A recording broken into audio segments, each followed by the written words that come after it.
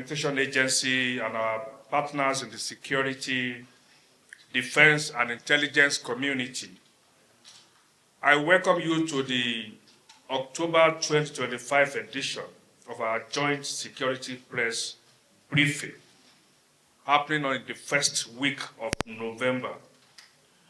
This monthly engagement demonstrates the federal government's commitment to transparency, accountability, and continuous communication with citizens on issues of security, anti-corruption, and public trust.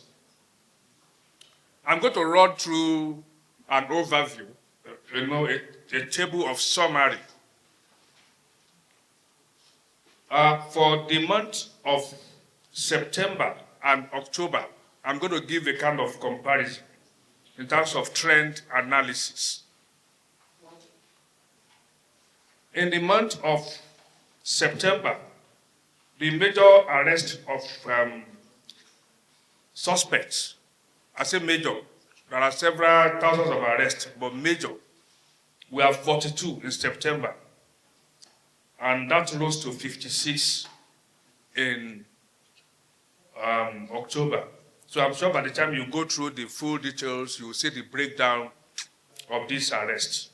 And that's amount to 33% increase, showing stronger intelligence coordination. And the victims that were rescued in the month of September were 19 in total, and that rose to 27 in the month of October. And this is as a result of improved rapid response. This happened especially in Kogi and Zamfara states. A lot of arms and ammunition were seized during the month of September, but that rose significantly in the month of October because the security agencies adopted proactive interdictions, and especially in the northwest and the southeast. Fatalities as a result of violent crimes, we had between 240 to 210. It declined actually in September, and more so in October, it declined to 185. So that's about 12% reduction month of October, as against 210 that we have in September and 240 in the previous months. You will recall in the last briefing, we reported the improved interventions across the borders. That has continued to improve. We had 4 incidents in September, but in October, the interventions, cross-border interventions, were 7. That is because there is the expanded collaboration between the Nigerian Immigration Service and the DSS. Comparison analysis.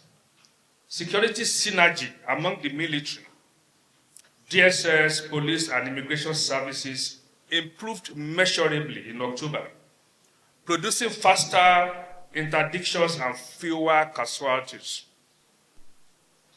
And terror-linked arrests rose by 33%, reflecting proactive use of human and digital intelligence.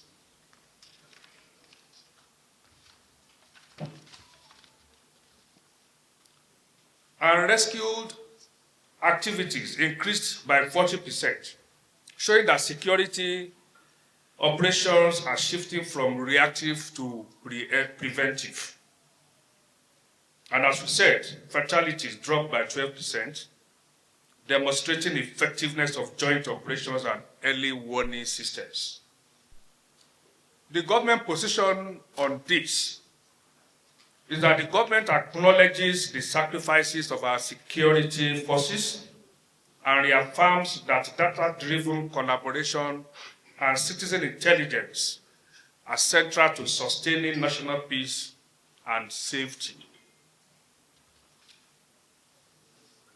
Anti-Corruption and Transparency Update. A look at the ICPC performance in the month of October.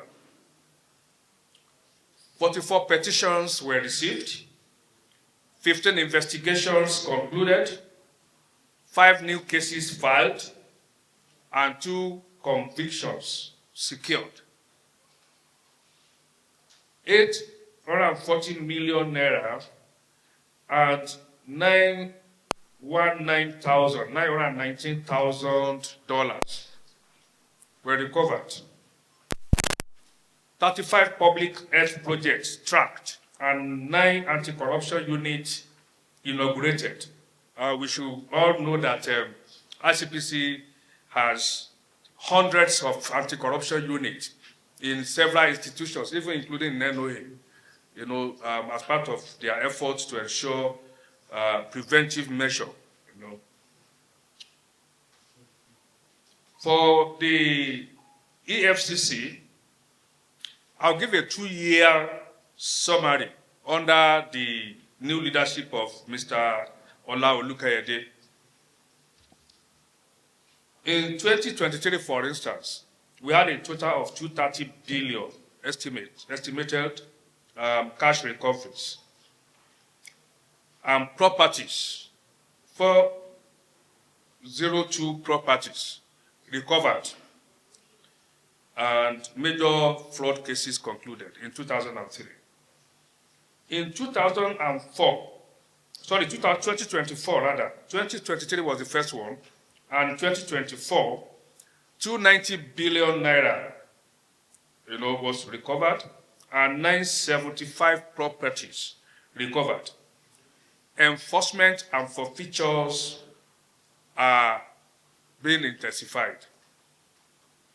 In 2025 to date, so far 46 billion naira has been recovered, and 125 properties this year alone has been recovered, and consolidation phase and asset allocation. I'll speak about the asset allocation shortly.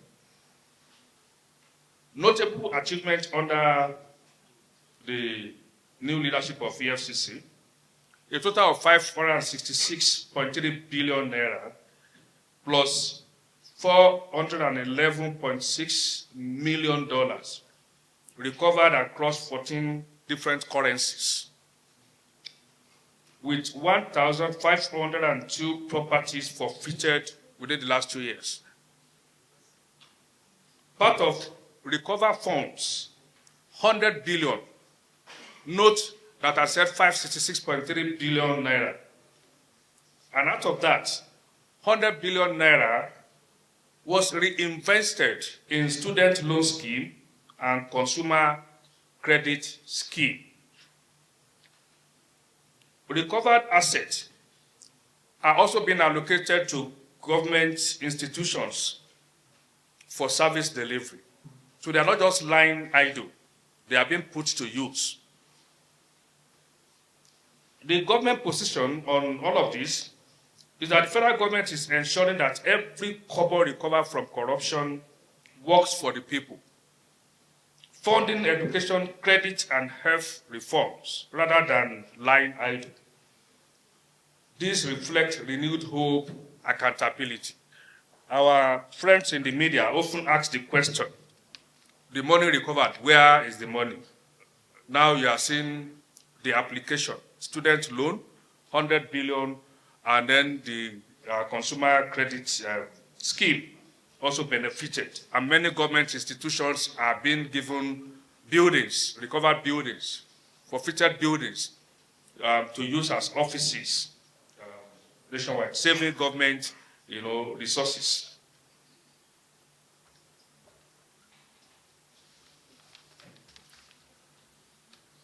I'll speak on regulatory and enforcement now. That has to do with NAFDAC, NDLEA, Nigeria Immigration Service, the Federal Road Safety Corps, and the Correctional Service, the Nigeria Correctional Service.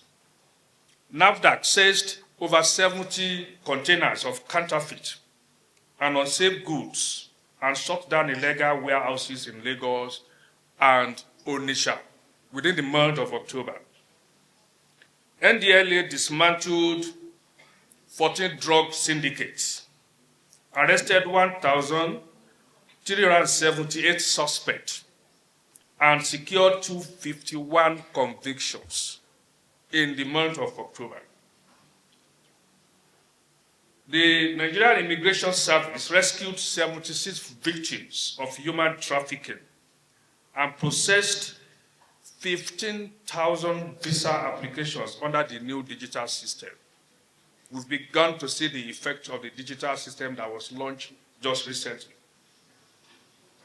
The Federal Road Safety Corps recorded a 12% drop in fatal crashes following intensified Ember Month campaigns. I'm sure we know what Ember Month campaign is. Starting from the month of September, Road Safety Corps has intensified campaign. We often have significant improvements now, other than before, when you are in September, October, November, December, there is tendency for increase in fatality, crashes on the road. But that is dropping significantly. Thank you, Road Safety, for your effort. The Nigeria Correctional Service expanded inmate rehabilitation and mental health outreach nationwide. I would urge our people in the press to particularly pay attention to what is going on in the correctional service. A lot of reform is going on there. People are not just locked in as inmates. A lot of effort. People are coming out as graduates, even PhD holders coming out from that facility now. That is commendable. Comparison analysis between the month of September and October. Enforcement actions increased by 28%, and convictions improved from 210 to 251. That's plus 19%. Road crash fatalities declined from 235 to 210. That dropped by 11%. These metrics confirm a steady positive curve in national safety indicators. The government's response to this is to commend these agencies for their professionalism and reaffirms its unwavering resolve to build a safe, fair, and accountable nation through coordination and transparency.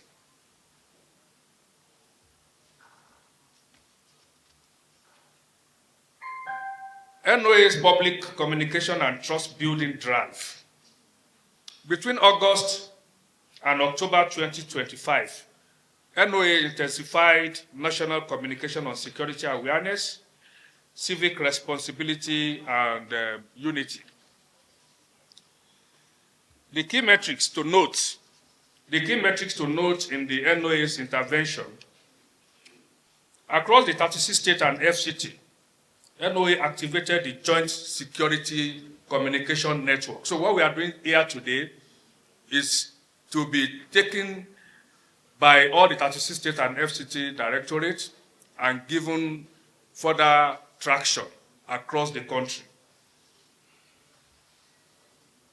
And 50 plus radio and TV stations that we mobilized during the last engagement, such as this, estimated 29 million citizens were reached. And our deployment of digital channels reached about 3 million more via Facebook, X, formerly Twitter, YouTube, Instagram, and the NOA Clean AI voice and chat assistant. The total reach estimated for the month of October was 32 million. The core message that we delivered is trust is Nigeria's strongest security asset. Without trust, there's no way we can make any impact, because it takes the whole of society to work together along with the security agencies and the regulatory bodies for us to be able to achieve significant improvement and ensure that there's peace in our country. So if you look at the month of September and October, through the activities of NOA, our outreach grew from 25 million to 32 million. That's about 28% increase. We have intensified our fact-checking interventions on misinformation, which increased by 40%. And recoveries. There are two categories of recoveries. We have monetary recoveries and we have non-monetary recoveries. As to the identity of people benefiting from our recoveries, individuals, corporate organizations, state government, federal government, I think the sum and substance of all this, the victim of any fraudulent act we eventually benefit from the recovery of whatever is made. When we go out to investigate, if an individual petitions us that this and this and this and this happened, at the end of our investigation, if a recovery is made, we will return it to the individual. We have had cause to return properties to state governments, corporate institutions, federal government, and victims of fraud. It is important for us to know that when we say recoveries are made, it is not everything that goes into the covers of the federal government. It is very, very important for us to understand. Like the 566 billion that was recovered in 2 years, part of the money went to so many victims of fraud. It is not the entire amount that went into the federal government. The one that went into the federal government account, they are the percentage of the money that was finally forfeited to the government by judicial processes and procedures. Those ones went to the government. So, victims of fraud, individuals, corporate entities, government, whoever is a victim, at the end of the resolution of the matter, we will determine where the money will go by the decision of the court. Now, as per recovery data, that the identity of those that benefited from that, we have a very large number of beneficiaries.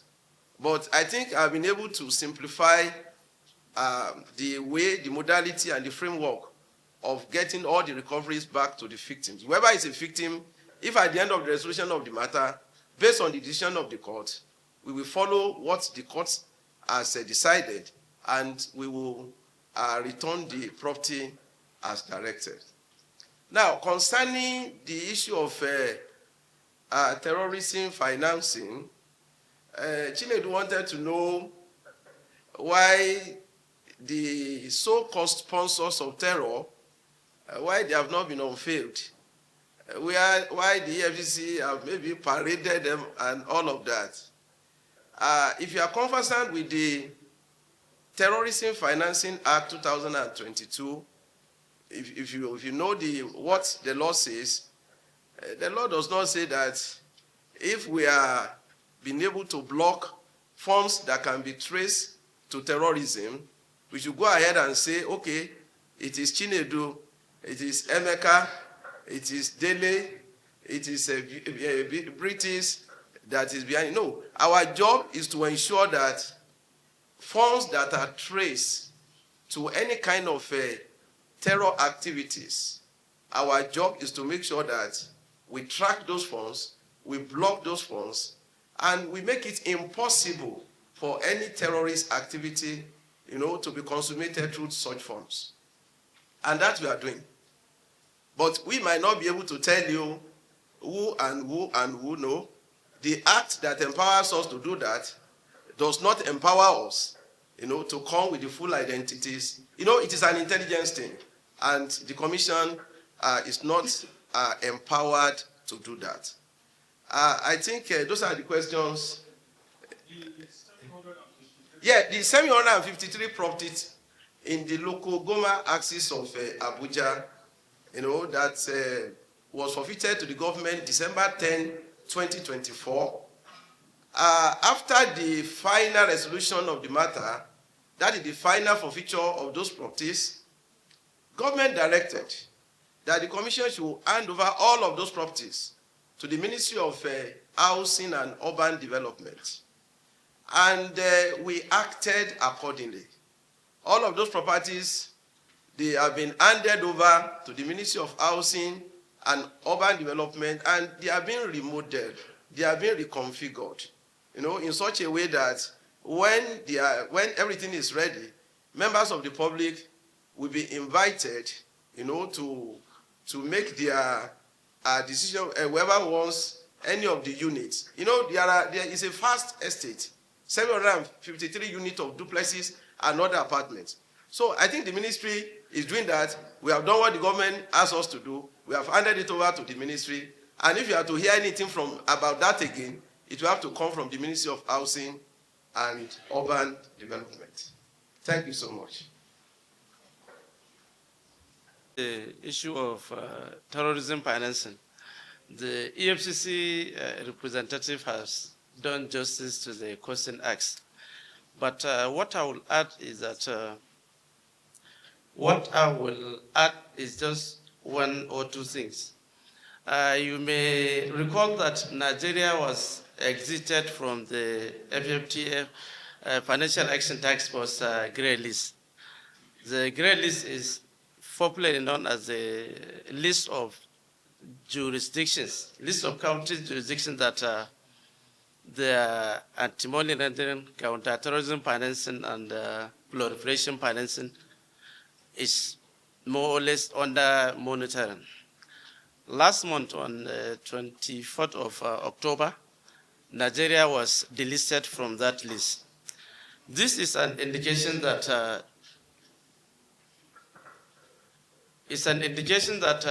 Nigeria has had a pass mark from the Financial Action Task Force, which is a global watchdog for AML CFT framework. So it's an indication that, of course, the intelligence agencies are doing very well in terms of handling issues related to terrorism financing, anti-corruption, and so on and so forth.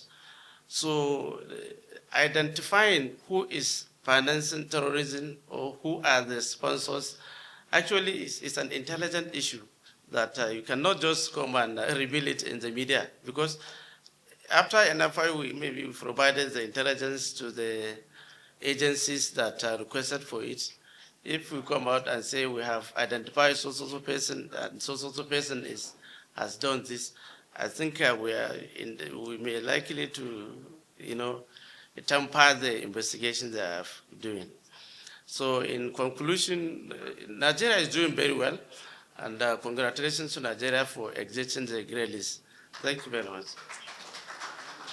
If we listen carefully to the DG, he did mention that if you've been following, the happenings on the establishment of the actus across MDAs, you will note that every now and then we go around doing this. And in fact, in the last few months, we've redoubled our efforts. And so, my friend from the media, kindly check on our website. We keep updating that there. And then the second question that I think was asked that we have something to mention about is on what we do with recoveries from assets disposal, the assets disposal. If you look on our website, precisely on the 23rd of October, the Honorable Chairman of the ICPC, Dr. Musa Adamu Aliyu, did issued news to the public on the fact that in the year 2024, just in 1 year, the ICPC successfully, put together all of this recovered access and disposed successfully for the year 2024. The total number, that came to the figure, the recovery in short, what we got in terms of monetary is 1.86 billion naira. Is there in the open. Some of you here reported it widely. So we have records by the month, we have biannual records, we have quarterly, and we have annual. So just to mention that. Before I answer that question, I want to quickly respond to, there was another question somebody asked about, it was a general question where he said, what are the steps taken to curb proliferation of fake news? I think if you want to get a good apple, you go to the apple tree. An apple that is not tainted, that is not rotten.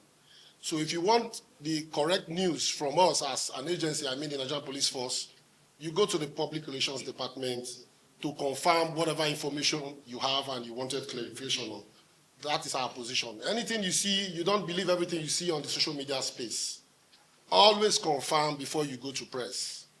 That is our position as far as curbing fake news. Now, concerning the issue of confidentiality, it has been a major challenge for us, and the Nigerian Police Force has actually taken a very bold step, and not even today. And what I'm saying now dates back to 3-4 years ago, where the Inspector General of Police then directed that all divisional headquarters should have what we call a complaint box, not inside the police premises, but outside by the gates, where you can actually drop your whatever information you have without compromising your identity. That still stands.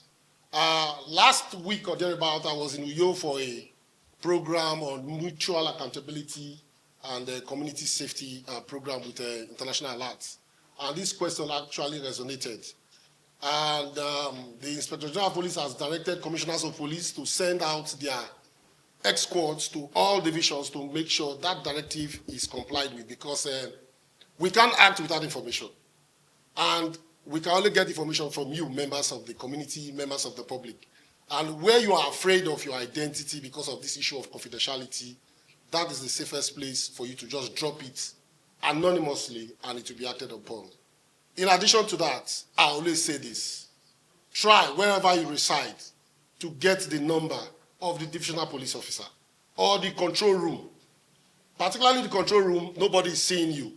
Pass your information. That information will be cascaded to the relevant division, area command, or even command where you want that information acted upon. So this is what we do. Please, I beg you, I'm using this opportunity, get the control room number for each state.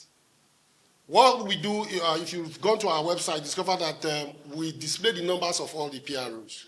I think we are going to also include the numbers of all the control room. We've done that before, but we need to update it because we had 1 or 2 challenges with our website recently, but we're going to update that information so that you can always call the control room. You don't need to come. Even when you have issues where you want to seek redress for your right being violated, we have the PCB, the Public Complaint Bureau, stationed in the force headquarters and all command headquarters where you can actually lodge your complaint. We also have what we call the Complaint Response Unit, CRU. You can equally lodge your complaints there. I had the opportunity of interfacing with somebody yesterday for over 2 hours that had issues with some of our personnel somewhere around Abeokuta and Ijebode Expressway. I can tell you that as at this morning, we've already gotten the identity of those policemen because the complainant was willing to go a step further to make sure his right was actually redressed, as in the issue of a violation of his right was actually redressed, and we're able to identify this. So please, when you have a complaint, don't just sit down and then drop this thing on the social media space without taking any step. Come forward, we are ready to work with you. That is how we build trust. That is how we close the gap between us and the community. Thank you very much. As revealed through the tweets from the president of the United States, Mr. Donald Trump. Well, let me speak specifically to some of the imports of the tweet. One is to say there is a Christian genocide in Nigeria.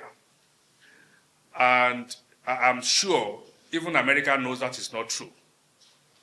But it is also understandable that there are some Nigerians who are actively pushing this agenda. This is not the first time that the intelligence of the United States has failed America. It failed them in Iraq. It turned out that there was no weapon of mass destruction, and they apologized. It failed them in Libya and many other instances. So I'm sure this is another error in an intelligence gathering. But beyond that, we all are Nigerians, I suppose, and we know that there are killings in Nigeria, and there are killings that should not happen. And there will not be this monthly security briefing if this government does not take it seriously. The essence of sitting down here every month is to assess how well we are doing and to allow the media, on behalf of Nigerians, to ask questions. Just recently, the same United States commended Nigeria publicly for the arrest of 2 major terrorists. We have just listened to the NFIU now, how we have been removed from the gray list. Gray list means blacklist of countries that are not doing enough. We have been removed, which means the international body in charge of that confirmed that we are doing well in terms of working to ensure that terrorism financing is not allowed. So when you say what is the military doing, the military is doing a lot. And I think the media, we also need to take the issue of judicial reporting more seriously. A lot is going on in the courts that we don't often follow the stories.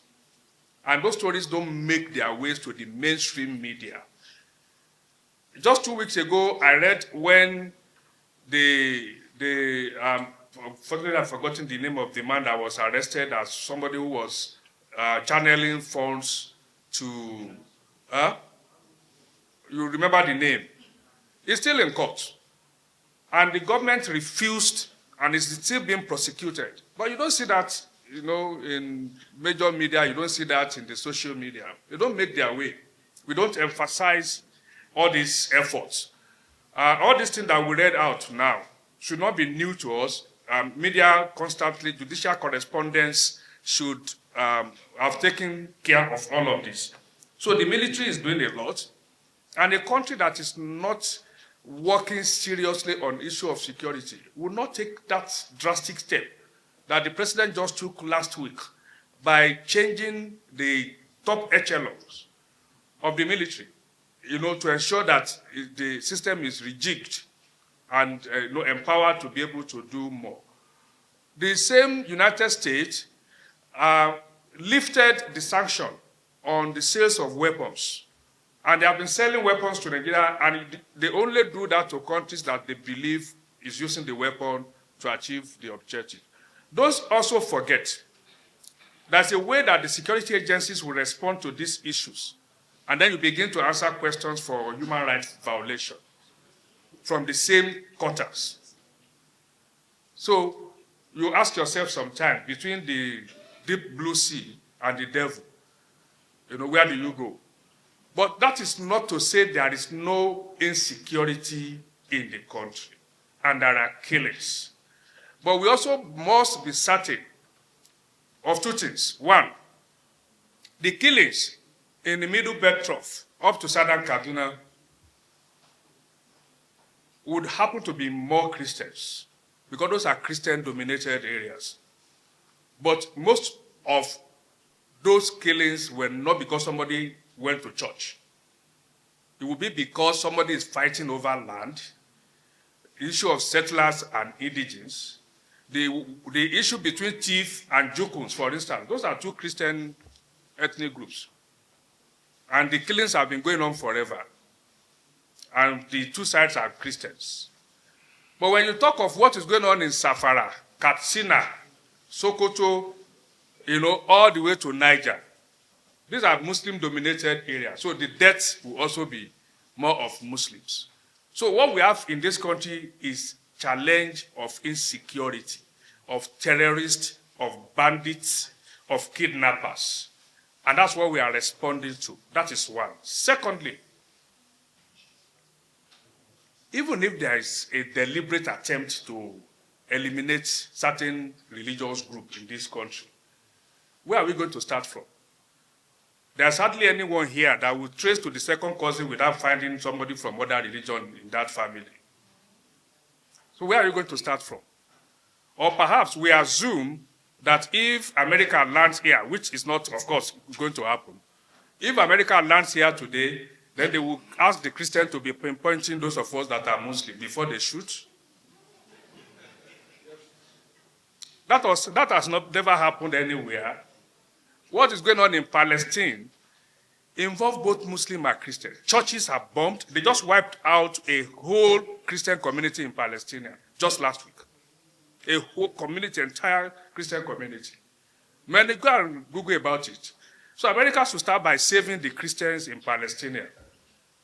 The Palestinians who are Christians. Start from there. Save those ones. So we must be careful in our country. There were Libyans who thought they needed external support. Now they have the Libya they wanted now.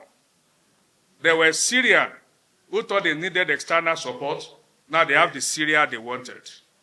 There were Yemenis who thought they needed external support. Now they have the Yemen that they wanted. There were Iraqis who thought they needed external support. Now they have the Iraqis that they wanted. And in all of this, there is no one-side victim. It's all of the people that were affected and are being affected. So we must be careful. Then, just an information, there's also going to be a security briefing today at the office of the NSA, where all the security agencies, and it's going to be Nigeria's official response to this issue. Thank you very much. Now, I just mentioned something about the beneficiaries of recoveries, which our brother from EFCC and the ICPC, our sister there, also mentioned. Yes, they emphasize the beneficiaries in terms of people who were victims, and the system assisted them. Nigeria happened to them positively and got their things back to them. But there are also institutions, including NOA, that is benefiting from the recoveries. Just last year, we benefited 25 vehicles from the EFCC, part of the recovered vehicles.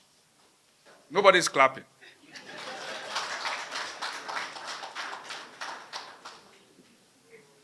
And I can tell you there are many government institutions who have offices today just because either ICPC or EFCC pass on some of these forfeited buildings to them. And that's why I said saving government critical resources. You don't have to go and build a new office.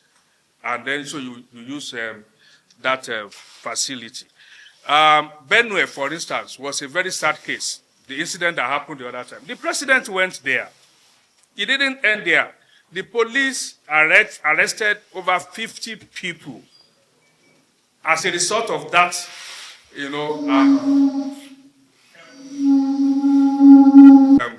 incident. The police have arrested over 50 people, and they are being prosecuted. We expect the media searchlight follow the prosecution, on daily basis. Let Nigerians know what is going on. By now, we should even know who these people are. We don't even know. We should know their names. We should be able, I'm sorry to say, I'm also a journalist, and I did political reporting especially. We should know the family where they originated. We should know their community. We should go behind the news to get facts, for Nigerians, so that we are not in doubt. Maybe the police has arrested people that are not even the real people. Let's bring out the facts now. Is that not important? So they should not be like ghosts or figures. They are human beings. They are Nigerians. Which community are they from? What tribe are they?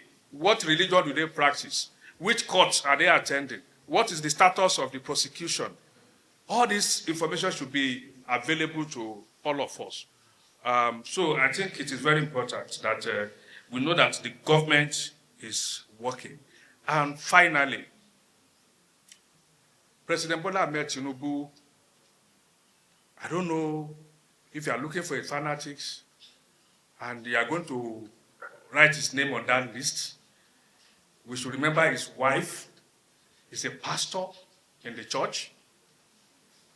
So maybe when Americans come, as somebody said, they are trying to save her from her husband.